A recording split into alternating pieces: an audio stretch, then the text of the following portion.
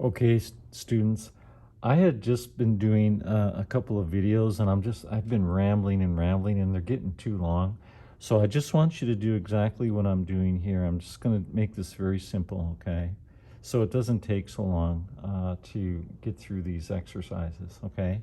So I'm just going to tell you what to do. Log in. Here's the login user and the password here. Click on Mesa and log in.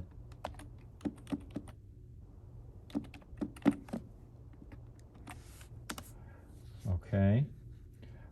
If the database doesn't open, you just click on this. It should open automatically. For some reason it didn't, but if the database isn't up, you just click on the icon right there, and it will open the database. Okay. Click on New. New will start a new study. Okay. So make sure that your head box is plugged in right here. This cable has to be plugged into the amplifier here. Otherwise, it won't start the file for you. Type in your first name.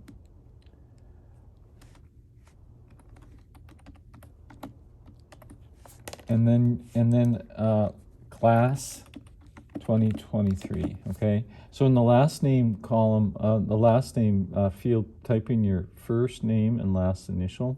And then in the first name column, type in class 2023. And then hit start.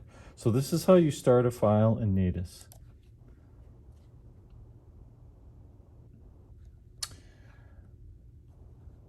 Click on, okay, next we're going to calibrate. So you click on the calibration symbol here. It's just the square wave here. So click on that, okay? And then notice it says not recording. So we haven't started the recording yet.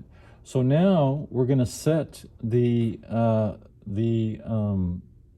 AC&S guidelines for an EEG. For a routine EEG, the filter settings, I should say. So for a low frequency filter, set that to 1 Hertz. For a high frequency filter, set that to 70 Hertz. And then the sensitivity should be on 7 microvolts per millimeter, okay? So now we have a calibration pulse going through the system. It's a 50 microvolt calibration signal, and basically what we're doing is we're checking the pulse all the way through the amplifier and through the filters to make sure everything's functioning properly. So all these deflections in each channel should look the same. Okay, so now we're going to start the recording. So to start the recording, you hit this little wheel. There's a couple of little reels here, film reels, on like a film projector. You click on that, and notice that the not recording actually went off. So now it's actually recording. You can see down here, it's starting to collect time here, okay? So it says recorded time. So now it's starting to record, okay? So now we're recording, so now you're recording some calibration, okay? Now we want to turn the calibration off. So you click on it again and it'll go off. And then it's going to, it's defaulted into what's called the bioref calibration, okay? So that's the second thing we're going to do when we record. So now you click on your impedance, and impedance symbol, the ohm symbol, and the impedance meter comes up. And now it starts to roll through each electrode, sending a little signal to the scalp to check the resistance as it passes through the scalp, or from the electrode to the scalp, okay? So let that run through. Okay, and then click end. Okay, now I want you to go to montage.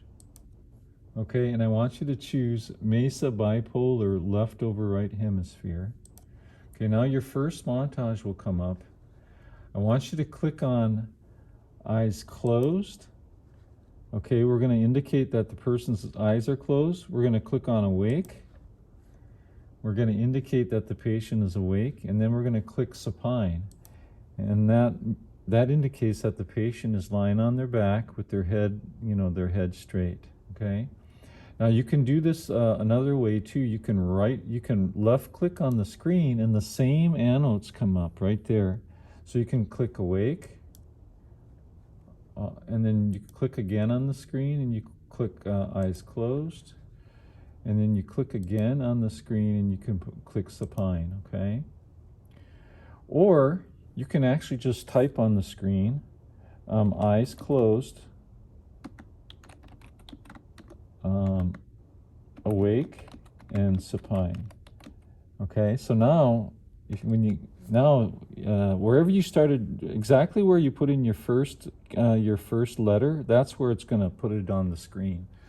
Or let's say you want to be very specific on where you want to pinpoint an annotation. Okay, I'm going to just create some artifact. Let's say that is like head movement artifact. So you just left click on it, and then you go down and you click on head movement, and there it'll put it right on there. Okay, let's say this is spike and wave discharges or something like that, and so you click on it, and then you can click custom, and then you can just put spike and wave.